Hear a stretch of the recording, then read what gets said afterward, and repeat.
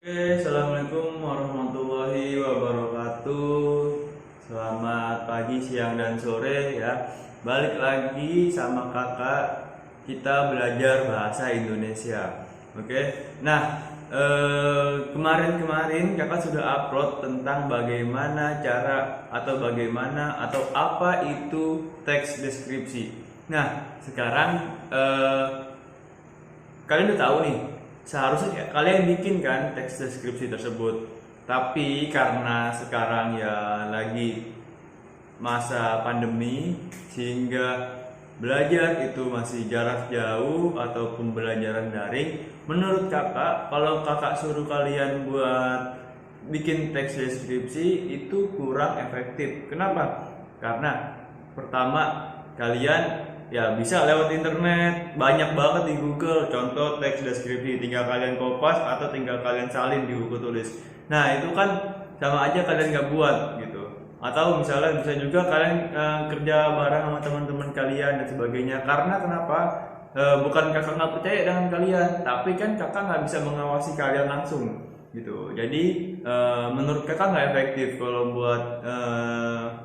kalau untuk menyuruh kalian membuat teks deskripsi. Ini khusus murid-murid kakak ya.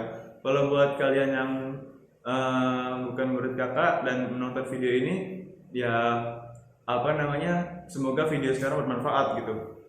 Nggak ada tugas buat yang penonton ya. Lanjut. Jadi alternatif atau kakak ngambil jalan lain, yaitu kakak akan memberikan tips bagaimana cara membuat teks deskripsi yang bagus atau membuat semua teks lah gitu ya, membuat semua tulisan itu yang baik dan benar seperti apa caranya, atau yang harus diperhatikan itu apa aja. Nah nanti udah kakak tulis di papan tulis, silakan kalian simak ya. Untuk menurut kakak harus dicatat. Oke. Lanjut.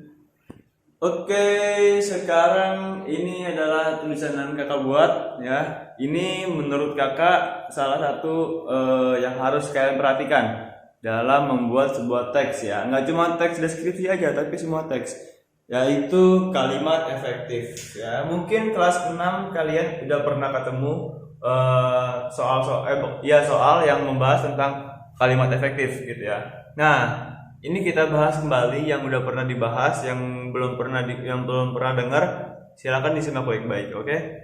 Nah, dalam membuat sebuah teks kita harus menggunakan kalimat yang efektif. Kenapa? Karena kalau nggak efektif nanti bakal rancu ya, atau tidak jelas teksnya tersebut gitu. Jadi yang baca pun ya, kalau misalnya emang maknanya nggak jelas ya, yang baca juga pasti nggak bakal paham atau sulit untuk memahaminya. Nah, kalimat efektif itu apa sih? Yaitu kalimat yang mengikuti kaidah yang baik dan benar. Ya, kalimat yang mengikuti kaidah yang baik dan benar. Nah, kaidah yang baik dan benar itu seperti apa? Nah, ini ada 4 tuh. Ya, kaidah itu artinya aturan ya, aturan atau bukan norma, tapi aturan bagaimana cara menulis kalimat yang baik dan benar. Nah, ada syaratnya ya, atau kaidah-kaidahnya, yaitu 1, sesuai PUEB ya. Apa itu PUEB? Kalau kalian mengenal EYD, nah PUEB ini adalah yang terbaru dari EYD atau upgrade-annya. Kalau panjangannya adalah Pedoman Umum Ejaan Bahasa Indonesia. Nah, itu yang berlaku sekarang. Jadi kalau EYD udah nggak berlaku, sekarang PUEB. Oke? Lanjut. Nah, sesuai PUEB. Yang kedua itu sistematis ya, sesuai aturannya. Ketiga itu tidak boros ya, pasti bukan duit yang boros, tapi kata-kata atau kalimatnya. Dan yang keempat adalah tidak ambigu. Apa itu ambigu? Nanti kita bahas. Nah, pertama, sesuai PUEB ya. Sebentar, oke, fokus. Sesuai PUEB itu maksudnya ejaan yang berlaku ya. Apa itu? Kayak misalnya kalian memakai titik dan koma, itu kan tanda baca. Terus memakai huruf kapital, itu juga termasuk dari PUEB. gitu ya. Nah, apa kalau kalian belum, Kak, saya belum memahami PUEB. Oke, berarti bukan di video ini kita bahas, tapi nanti di kemudian hari. Dan kalau emang nggak mau nungguin, kalian bisa buka di internet ya. Kalian tulis PUEB. Nanti banyak kok isinya di situ. Bagaimana atau ejaan yang baik dan benar gitu. Kalian tulis di internet. Nanti akan muncul apa namanya? Website-website yang bahas tentang PUEB gitu ya. Oke, kita lanjut ke sistematis. Nah, sistematis itu struktur kalimatnya. Oh iya, sistematis itu struktur kalimatnya gitu. Jadi kalian tahu SPOK kan? Nah, ini SPOK. Subjek, predikat, objek, dan keterangan ya. Nah, ini strukturnya harus jelas, harus lengkap. Yang namanya kalimat, kalau misalnya cuma PO doang, predikat dan objek, misalnya gini, memakan buah, kan? Memakan buah. Siapa yang makan buah? Kan nggak tahu karena nggak ada subjeknya. Itu namanya nggak sistematis, ya, karena nggak sesuai strukturnya. Jadi harus lengkap. Nah, kalau misalnya minimal ini SPO boleh atau SPK boleh, gitu ya. Andi berlari di sekolah gitu. Bisa juga Andi berlari, Andi memakan buah, bisa. Nah, yang nggak bisa kalau misalnya SO ya, SOK. Andi buah di sekolah, apaan nggak jelas. Atau enggak SK. Kalau SK masih bisa, Andi di sekolah gitu. Ya. Tapi itu bukan kalimat karena cuma dua. Itu namanya klausa ya, klausa. Nanti kita bahas klausa sama frase, itu beda lagi. Oke, jadi ini sistematis ya. Satu kalimat ya harus melengkap strukturnya, yaitu ada SPO dan K ya. Satu kalimat harus sesuai PUEB. Kalau ada koma pakai koma, kalau ada titik ya titik gitu. Kalau huruf kapital juga harus pakai huruf kapital, kayak kata pertama di huruf pertama itu huruf kapital, nama orang huruf kapital, nama tempat huruf kapital gitu ya. Nanti itu kita bahas di kemudian hari. Nah, lanjut yang ketiga itu tidak boros gitu.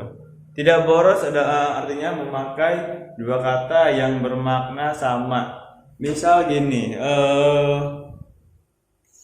apa ya? Misalnya aku berjalan di sekolah dengan Andi dengan Wulan gitu ya. Aku berjalan ke sekolah dengan Andi dengan Wulan. Nah, ada kata dua dengan tuh, dengan Andi sama dengan Wulan. Padahal bisa disingkat aku berjalan ke sekolah dengan Andi dan Wulan gitu. Jadi dengannya nggak banyak-banyak. Atau misalnya gini, selokan itu disumbat agar supaya tidak ada hewan yang keluar. Nah, itu nggak itu boros karena ada kata agar supaya. Itu kan sama, walaupun beda katanya tapi maknanya sama. Kan yang itu bermakna sama, ya kan? Agar ya, agar itu kan tujuan. Supaya juga tujuan. Jadi sama gitu. Sama kalau misalnya agar untuk gitu kan, agar untuk menutup lubang. Itu nggak efektif karena boros ya. Agar dan untuk sama-sama konjungsi tujuan gitu ya. Jadi kalimatnya tidak boros. Kalian harus memakai kalimat yang maknanya dua, yang maknanya sama. Itu jangan ditulis dua-duanya gitu, tapi salah satunya aja. Oke, lanjut. Tidak ambigu. Nah, ambigu itu apa sih? Ambigu itu ketidakjelasan makna ya. Jadi misalnya gini, ada kalimat tolong ambilkan itu di situ ya, karena di situ ada itu. Nah, itu nggak jelas maknanya kan? Mana tuh? Ketidakjelasan makna. Karena itunya apa, di situnya di mana, kan gitu. Nggak jelas tuh ya. Contohnya ambigu. Atau misalnya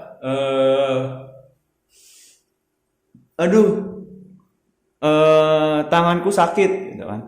Nah, itu juga ambigu. Aduh, tanganku sakit. Tangan yang mana? Kiri apa kanan? Gitu. Jadi harus jelas maknanya ya. harus benar-benar tidak bermakna ganda. Nah, kalau pengertian dari ambigu sendiri itu artinya bermakna ganda ya. Tuh, sebentar.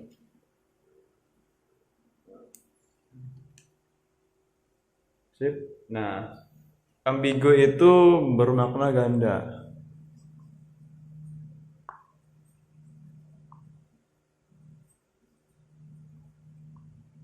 Ya. Pengertiannya tuh ini. Ambigu itu bermakna ganda. Nah, maksudnya jadi kalau bermakna ganda kan nggak jelas maknanya, gitu ya. Jadi dalam sebuah teks itu harus mencakup 4 poin ini biar efektif gitu. Pertama harus sesuai PUEB ya. Kedua harus sistematis. Ketiga tidak boros. Keempat tidak ambigu. Nah, artinya maknanya harus jelas, kalimatnya tidak banyak-banyak yang terpakai, terus struktur kalimatnya harus lengkap, penulisannya harus sesuai dengan PUEB atau ejaan yang baik dan benar, gitu ya. Oke. Sampai sini, kalau ada yang mau nanya, silakan kalian tanya di kolom komentar. Ya, kalau misalnya nggak ada yang nanya, silakan kalian tulis.